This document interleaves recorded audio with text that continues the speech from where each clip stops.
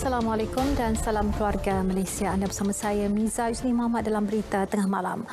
Kejam hanya kerana disyaki mengambil duit sebanyak RM4 seorang penghuni sebuah rumah anak yatim dan miskin berusia 11 tahun di Kuantan, Pahang Maut dipercayai dibelasah rakannya pada Ahad. Mangsa Muhammad Haddan Kurbani Azhar, murid Sekolah Kebangsaan Sungai Soi, dipercayai disepak, dicekik dan dihempas ke lantai sehingga tidak sedarkan diri di surau asrama itu. Ketua Polis Daerah Kuantan, Asisten Komisioner Wan Muhammad Zahari Wan Busu berkata, siasatan awal mendapati mangsa telah dibawa 3 pelajar lain yang merupakan penghuni asrama berkenaan dalam keadaan tidak sedarkan diri ke rumah penyelia asrama. Penyelia asrama yang mensyaki mangsa mengalami sawan membawa mangsa ke hospital untuk mendapatkan rawatan sebelum mangsa disahkan meninggal dunia. Pengadu kemudiannya membuat laporan polis untuk tindakan lanjut. Susulan itu, seorang pelajar berumur 16 tahun ditahan reman selama 7 hari bagi membantu siasatan. Mayat mangsa kemudian dibawa ke Hospital Tengku Ampuan Afzan HTAA Kuantan untuk bedah siasat dan siasatan dilakukan di bawah Seksyen 302 Kanun Kesiksaan.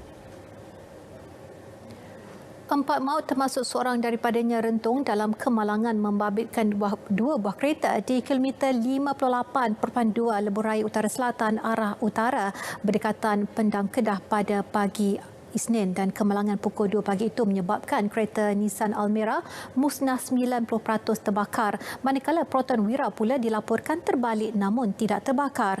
Ketua Polis Daerah Pendang DSP Haris Syam Hamzah berkata mangsa rentung merupakan pemandu kereta Nissan Almera dikenali sebagai Muhammad Syahrul Nizam Senafi, 20 tahun, berasal dari Mergong Alostar.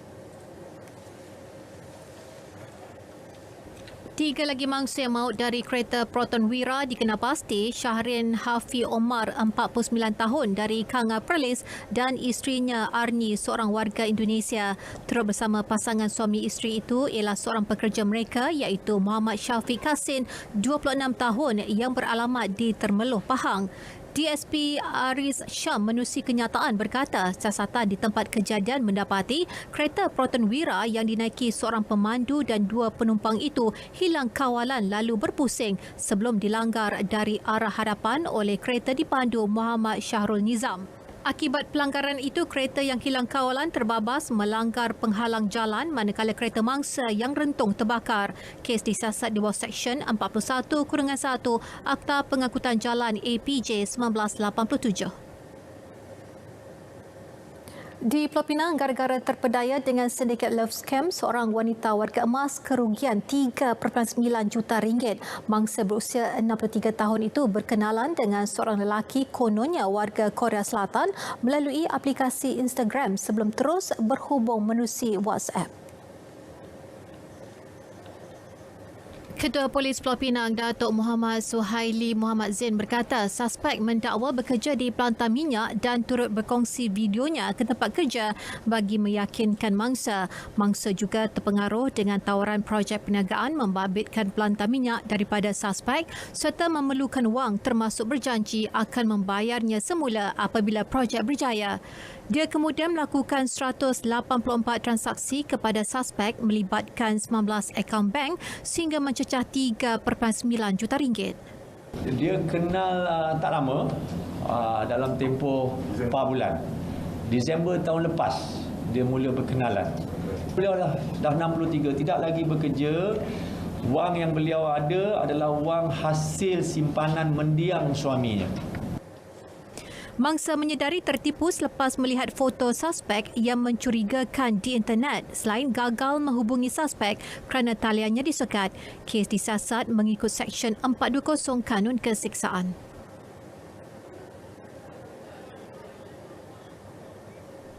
Sementara itu, 2 lelaki yang terlibat dengan kegiatan memproses dan mengedar dadah diberkas dalam serbuan berasingan di sekitar seberang Perai Tengah.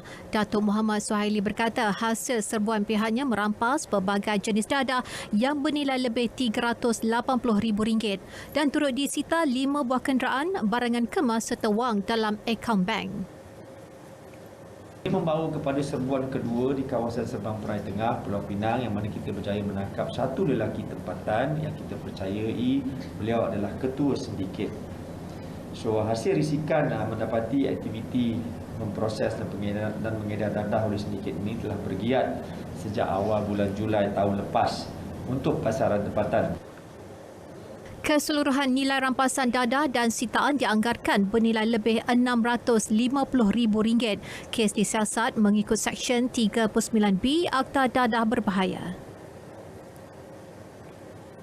Perintah reman terhadap pengawal keselamatan berkaitan kes bunuh dan bakar seorang wanita di Bandar Tun Razak Ceras 12 Mac lalu dilanjutkan 6 hari lagi. Ketua Polis Daerah Ceras ACP Muhammad Izam Jaafar berkata sambungan reman ke atas suspek berusia 34 tahun itu bermula semalam hingga 25 Mac.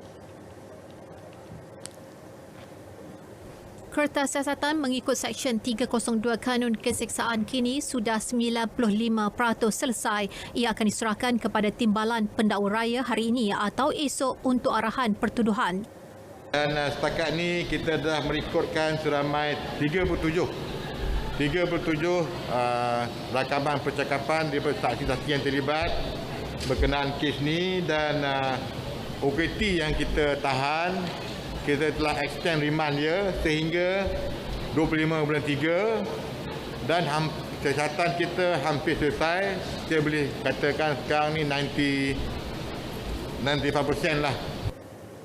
ACP Muhammad Izam ditemui media selepas program Derma Darah sempena Hari Polis ke-215 peringkat Ibu Pejabat Polis Daerah Ceras. Baik, hari ke-14 operasi mencari dan menyelamat 2 mangsa runtuhan kuari di Keramat Pulai Simpang, Pulai Perak. Satu letupan kecil telah dilakukan pada pukul 2 petang tadi oleh pihak kuari bagi memecahkan batu yang menghempap kedua-dua mangsa. Jurucakap Jabatan Bomba dan Penyelamat Malaysia JBPM Negeri berkata semua agensi terlibat menerusi perbincangan telah mengenal pasti satu kedudukan di mana 2 mangsa tersebut dipercayai tertimbus. Pihak kuari turut mencadangkan kerja-kerja penggalian dan penebukan dilakukan menggunakan mesin gerudi. Kerja pembersihan dan membuka jalan hingga ke bahagian belakang runtuhan juga diteruskan menggunakan 2 jengkaut. Operasi dipantau sepenuhnya oleh Pasukan Khas Operasi, Taktikal dan Penyelamat Malaysia STOM dan Pasukan Mencari dan Menyelamat Khas Malaysia SMART.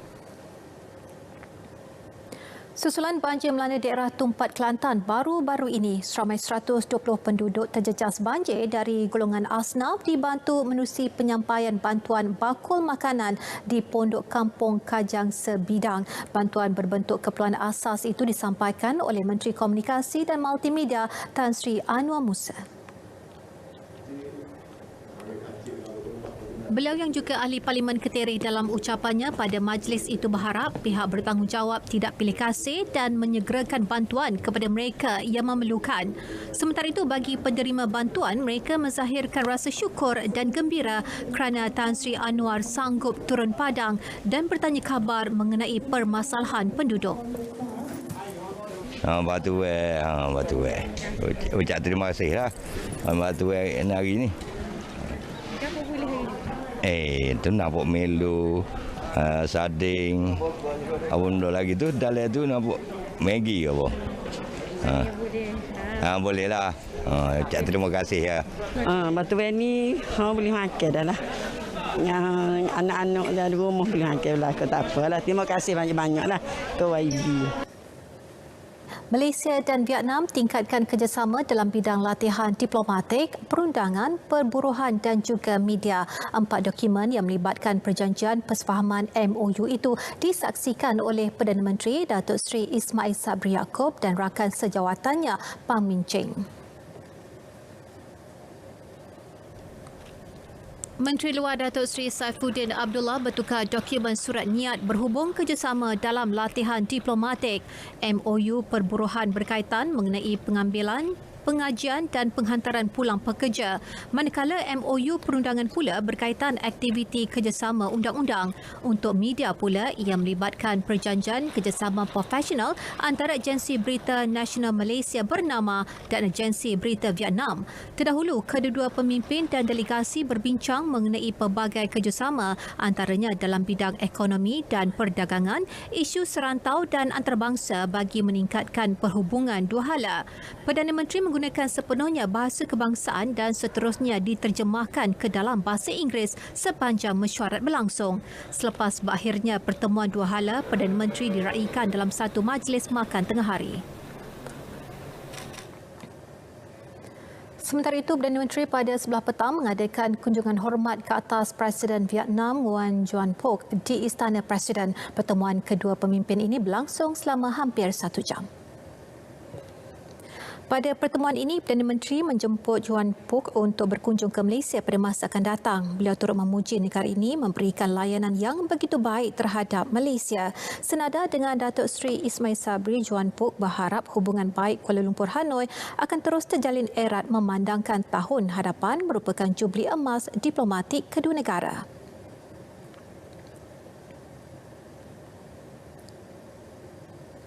Sejurus selepas itu, Perdana Menteri mengadakan pertemuan dengan Setiausaha Agong Parti Komunis Vietnam CPV Nguyen Phu Trong di Ibu Pejabat Parti berkenaan. Dalam pertemuan berkenaan, beliau menyatakan keyakinan lautan pertama ke Hanoi akan mempertingkatkan lagi hubungan kedua-dua negara. Mengakhiri kunjungan hormat, Datuk Seri Ismail Sabri mengadakan pertemuan bersama Pengerusi Dewan Rakyat Vietnam Wang Dinh Hu di bangunan Dewan Rakyat. Pelajar berusia 12 hingga 16 tahun berpeluang mengikuti kursus-kursus asas pendidikan teknikal dan latihan vokasional TVET di Giat Mara. Program TVET Junior itu akan dilaksanakan secara berperingkat di 231 Giat Mara seluruh negara dengan sasaran 5,000 peserta menjelang hujung tahun ini. Menteri Pembangunan Luar Bandar Datuk Seri Mahathir Khalid berkata peserta kursus perlu mendaftar di mana-mana pejabat pendidikan daerah atau di pejabat ketua kampung masing-masing. Kursus jangka pendek 2 hingga 5 hari diadakan pada hujung minggu atau musim cuti sekolah tanpa mengganggu sesi persekolahan.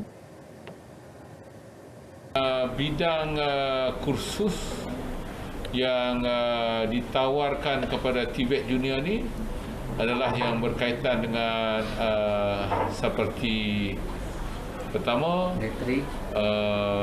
simple pengetahuan mengenai dengan elektrik, repair ni lah, pendawaian kecil-kecil yang very simple kat rumah tu. Yang keduanya Waiki basikal. Dia waiki basikal, very simple basikal. Dan dia ada juga masakan kan, yang buat kek. Kemudian dia ada simple jahitan beg, jahitan apa kecil-kecilan jahitan tu dia ada buat. Asasnya ialah tujuannya adalah untuk memberi semacam pendedahan awal, awareness kepada pelajar-pelajar yang ataupun mereka-mereka yang di bawah umur daripada layak untuk masuk buat sijil kemahiran tu. Jadi mereka dah ada asas. Datuk Seri Mahathir ditemui media selepas mengadakan lawatan ke Giat Mara Padang Terap dan menyampaikan sijil TVET Junior Padang Terap di Kuala Nerang. Kementerian Pendidikan dalam proses memperincikan data serta penilaian sebenar berhubung trend persaraan awal dalam kalangan guru yang didakwa disebabkan COVID-19. Menteri Kanan Pendidikan Datuk Dr. Muhammad Razif Majidin berkata faktor utama guru berbuat demikian hanya akan dapat dipastikan selepas laporan lengkap diterima. Jelas beliau, secara umumnya persaraan awal dalam kalangan guru dilihat hampir menyamai kadar guru bersara wajib. Kita nak perincikan apabila ramai yang bercakap macam-macam pattern dan trend dan sebagainya. Jadi kita sedang susun data-data ini untuk perincikan sedikit lagi. Kita dah jelaskan jumlah dan sebagainya, cuma perincian itu tentang sebab, punca dan ini akan kita lihat satu persatu dan guru yang pada umur macam mana, ya, berapa lama dalam karier yang membuat keputusan untuk bersara awal ni pun kita sedang perincikan satu persatu untuk kita lihat dengan lebih menyeluruh perkara ini. Beliau berkata demikian kepada media selepas meninjau hari pertama pembukaan semula sekolah di SK Said Idrus, Ulu Keluang, Cemor, Ipoh. Selaras dengan pembulaan fasa peralihan endemik 1 April ini, umat Islam di Perlis dibenar menyertai aktiviti pengimarahan masjid tanpa terikat dengan status vaksinasi mereka. Titah Raja Muda Perlis, Tuanku Said Faizuddin Putra Jamululai, kebenaran berkenaan telah mendapat perkenan Raja Perlis, Tuanku Said Sirajuddin Jamululai. Dan selain itu, solat berjemaah boleh dilaksanakan tanpa penjarakan fizikal dengan merapatkan saf masing-masing. Semua aktiviti pengimarahan seperti kuliah, ceramah termasuk jamuan dan aktiviti sosial seperti perkahwinan, jamuan gotong royong, majlis berbuka puasa, iktikaf dan sebagainya turut dibenarkan. Pada masa sama, kebenaran khas untuk solat Jumaat kepada surau di institusi pendidikan masih diteruskan sehingga ke satu tempoh yang akan ditetapkan Jabatan Hal Ehwal Agama Islam Perlis.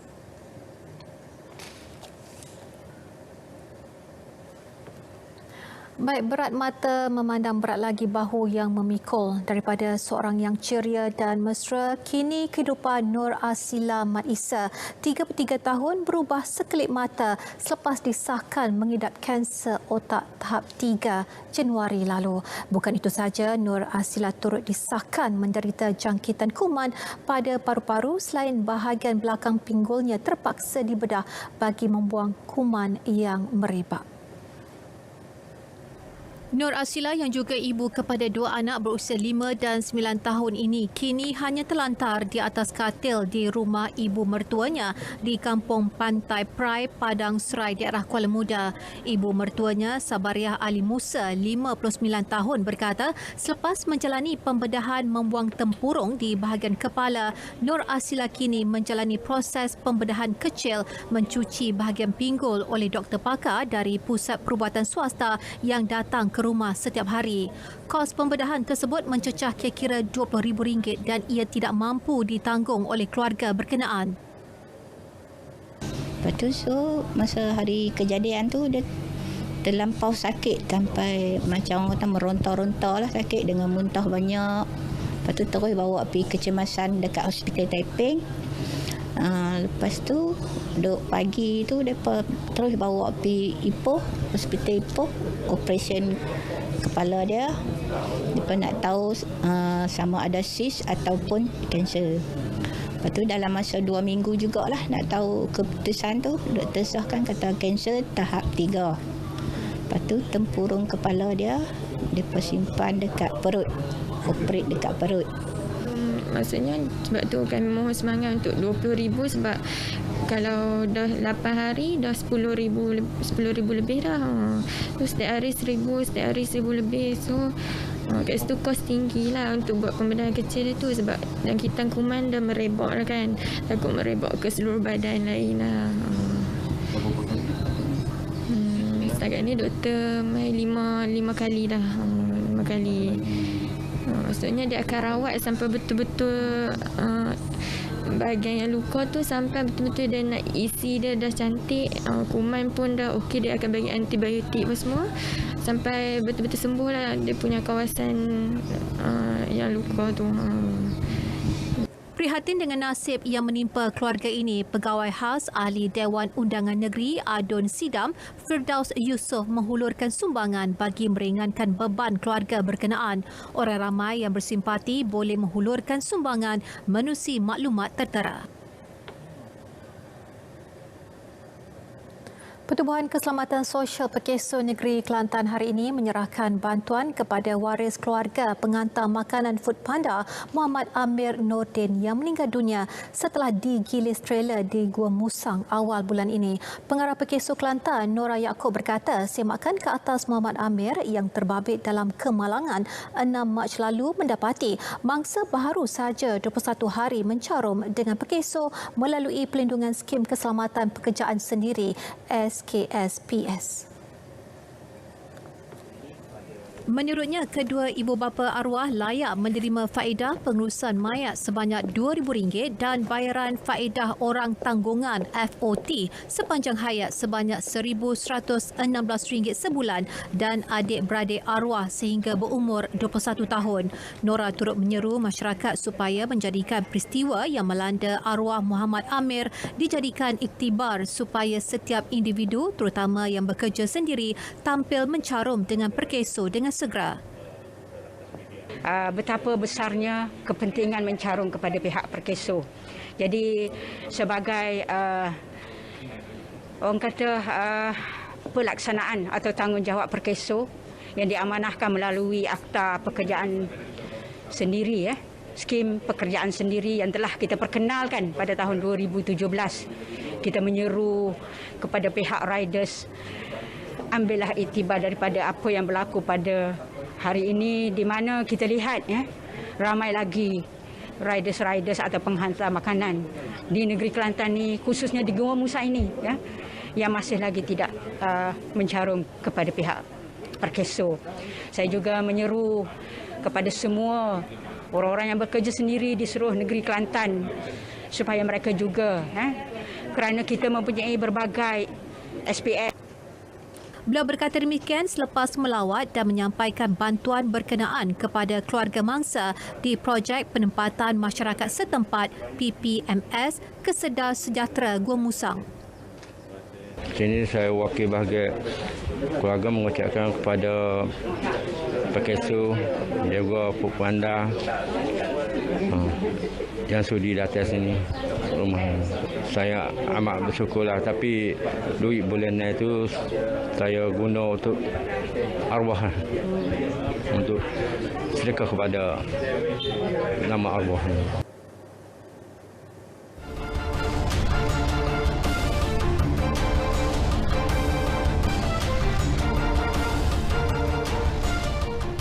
Tamasya Sukan Malaysia Sukma edisi ke-20 akan dilangsungkan pada 20 September hingga 8 Oktober ini dan perkara itu diumumkan Majlis Sukan Negara MSN selepas mesyuarat jawatankuasa tertinggi Sukan Malaysia. Dan selain keputusan itu, jawatankuasa tertinggi Sukma juga bersetuju mengekalkan peraturan dan syarat umur seperti dipersetujui sebelum ini. Setakat ini sebanyak 31 jenis sukan dipertandingkan melibatkan 16 sukan wajib dan 15 sukan pilihan serta 2 sukan demonstrasi iaitu silambam dan juga kabadi. Namun jumlah akhir acara hanya akan diketahui selepas satu lagi mesyuarat jawatankuasa teknikal Sukma tidak lama lagi. Tamasya Sukma ke-20 kali ini akan dianjurkan Kementerian Belia dan Sukan menerusi Majlis Sukan Negara MSN. Skuad Harimau Melaya perlu membuktikan sesuatu kepada seluruh peminat bola sepak negara apabila turun beraksi dalam siri persahabatan 3 negara FAS 2022 yang akan bermula di Singapura minggu ini.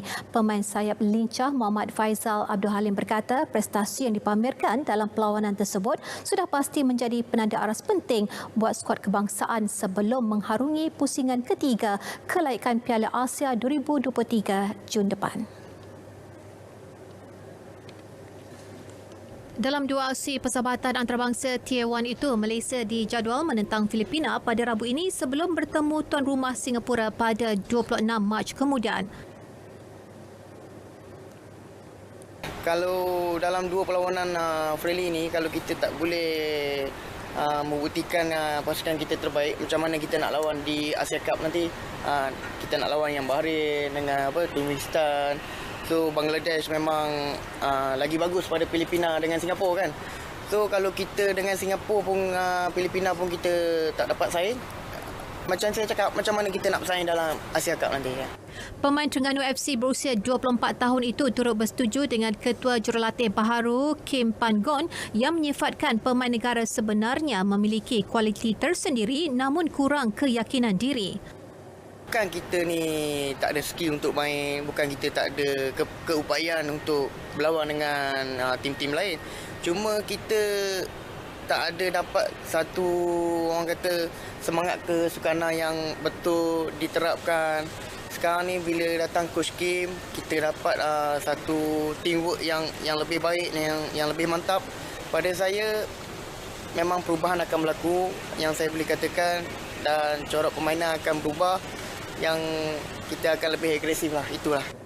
Selepas menentang Filipina dan Singapura, skuad negara akan menamatkan siri persahabatan itu dengan klub tempatan Abirat Niigata FC pada 28 Mac ini. Sesi latihan pagi tadi merupakan yang terakhir sebelum mereka berlepas esok.